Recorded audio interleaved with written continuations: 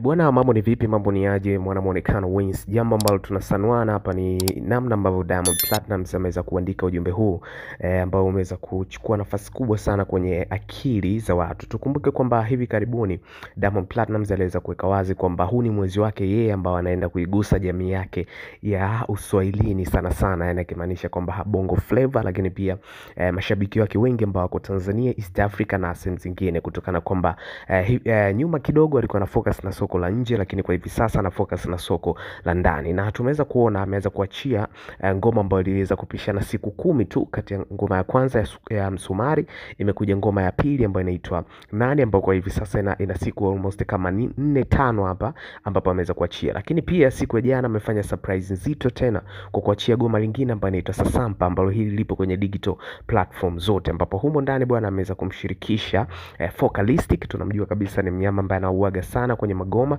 lakini pia kuna Uncool MC, lakini pia kuna X Dappy, lakini pia kuna Salipa, ambao hao bwana ni South Africa, kutokea South Africa. Ni ngoma fulani hivi ambao limetulia sana, na tunasubiri tu aanze kuliamshia challenge zake za kutosha ili liweze kwenda mjini kabisa. So hii ni ahadi ambayo Diamond Platnumz ameweza kuifanya na kaweza kuitimiza kweli kweli, kwa sababu ana mipango mizito ya kuweza kuliteka soko la nje. So kuna time ikifika kuanza kuachia mahits ya nje, iwe ni time tu ya kuachia mahits ya nje. So hivi ni vitu ambavyo tunasanuana kupitia hapa Muonekano Wins.